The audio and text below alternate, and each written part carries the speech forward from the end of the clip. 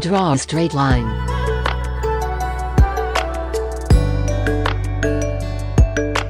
Open Shape Layer 1.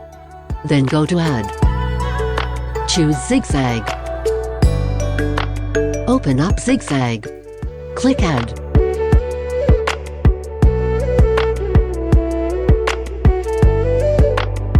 Choose Trim Path.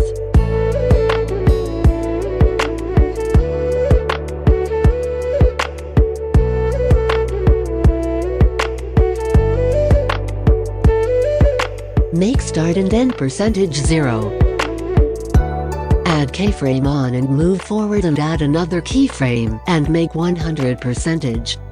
Duplicate the layer and use it.